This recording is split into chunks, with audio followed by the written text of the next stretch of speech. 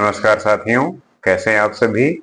उम्मीद करते हैं कि आप स्वस्थ होंगे, प्रसन्न होंगे, सुखी होंगे और इस यात्रा में नए विचारों को, नए चुनौतियों को, उन चुनौतियों को अपने विचारों से कैसे हैंडल करते हैं, कैसे मैनेज करते हैं, ये सबसे बड़ा प्रश्न होता है। और इसी प्रश्नों के उत्तर के साथ हम आपके साथ बातचीत करते हैं, समझने की कोशिश करते हैं कि उन सारे प्रश्नों के जो उत्तर हैं वो हमारे ही जो संत रह गए हैं, नीतिज्ञ रह गए हैं, उन्होंने अपनी नीतियों और विचारों के माध्यम से समझाने की कोशिश की है। उसी के बारे में हम सीखेंगे, समझेंगे और चाणक्य के नीतियों को समझकर जो भी ऐसे प्रश्न से आप उलझ जाते हैं वो शायद आपको उनका उत्तर मिलने में आपको आसानी होगी। उसी सिलसिले में आज हम कुछ और श्लोकों के बारे में पढ़ेंगे और उनका जो है हम मतलब समझेंगे। आगे क्या कहते हैं, निःस्पृहो न अधिकारी से अन्न कामी मंडन प्रिय न अविदग्ध प्रियम ब्रुवात स्फुट वक्ता न वंचका। अर्थात चाणक्य का मानना है कि कोई भी अधिकारी अथवा अफसर लोभ रहित नहीं होता। जो व्यक्ति सज धज से रहता है अर्थात श्रृंगार प्रेमी होता है, उसमें काम वासना की अधिकता होती है। और जब व्यक्ति चतुर नहीं है वह मधुर भाषी भी नहीं हो सकता। और साफ बात कहने वाला व्यक्ति धोखेबाज नहीं होता। यहाँ पे कुछ गुण बताए हैं कि अगर कोई व्यक्ति ऐसा है तो उसके साथ कौन सी ऐसी क्वालिटी जुड़ती है। जैसे वो कहते हैं, प्रायः देखा जाता है कि जिस व्यक्ति में बड़ा बनने की लालसा होती है वह अधिकार प्राप्त करना चाहता है।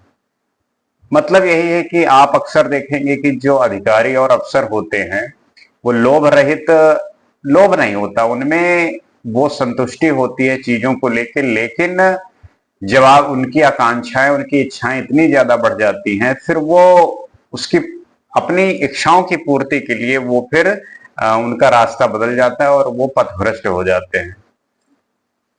तो बड़ा, इसमें कह रहे हैं बड़ा बनने की जो लालसा होती है वही अधिकार प्राप्त करना चाहता है।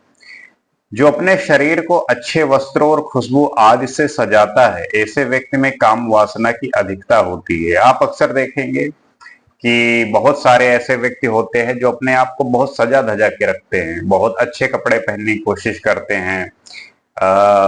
ये स्त्री और पुरुष दोनों के लिए। तो उसमें कहते हैं कि उनमें काम वासना की अधिकता ज्यादा अधिकता होती है।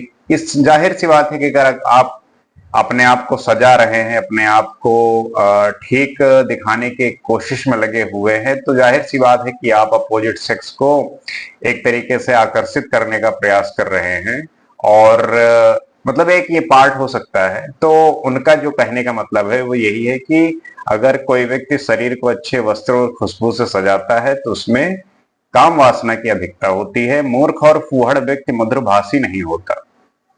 आप अक्सर देखेंगे कि जो मूर्ख और फूहड़ होते हैं वो मधुरभाषी नहीं होते। आपका बोला हुआ वचन ये जाहिर कर देता है कि आप कितने मृदुभाषी हैं, आप कितने प्रिय वार्ता करते हैं।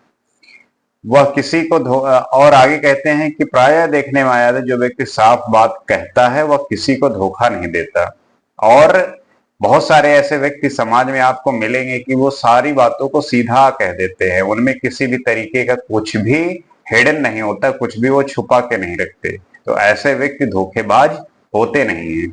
और बहुत ऐसे व्यक्ति होते हैं जो चीजों को बहुत छुपा के और चिकनी चुपड़ी बातें लगा के इस तरीके से बात करते हैं। तो उनके स्वभाव में एक धोखेपन का भाव होता है और वो उसको समय आने पे अपना यूज करते हैं। तो ये कुछ क्वालिटी है कि अगर कोई व्यक्ति ऐसा कर रहा है तो उसको समझने का जो फॉर्मूला है वो यही सब है कि आप इन सब बातों से समझ सकते हैं। आगे देखते हैं, मूर्खाणाम पंडिता द्वेष्य अध नाम महाधना वारंगना कुल स्त्रीणाम शुभ गा नाम च दुर्भगा। अर्थात मूर्ख लोग विद्वान लोगों से वैर भाव रखते हैं। दरिद्र और निर्धन लोग धनवानों को अपना शत्रु समझते हैं। वेश्याएं कुलीन स्त्रियों से द्वेष भाव रखती हैं और विधवा स्त्रियां सुहागिन औरतों को अपना शत्रु समझती हैं। यहाँ पे कौन किसका शत्रु है, इसी बात पे चर्चा की गई कि कैसे कोई व्यक्ति कैसे किसी का शत्रु होता है। वो कहते हैं ये संसार का नियम है कि एक दूसरे के विरुद्ध स्थिति वाले लोग ही एक दूसरे को अपना शत्रु समझते हैं। चाहिए तो यह कि मूर्ख लोग पंडितों का आदर करें जिससे उन्हें भी कुछ लाभ हो, परंतु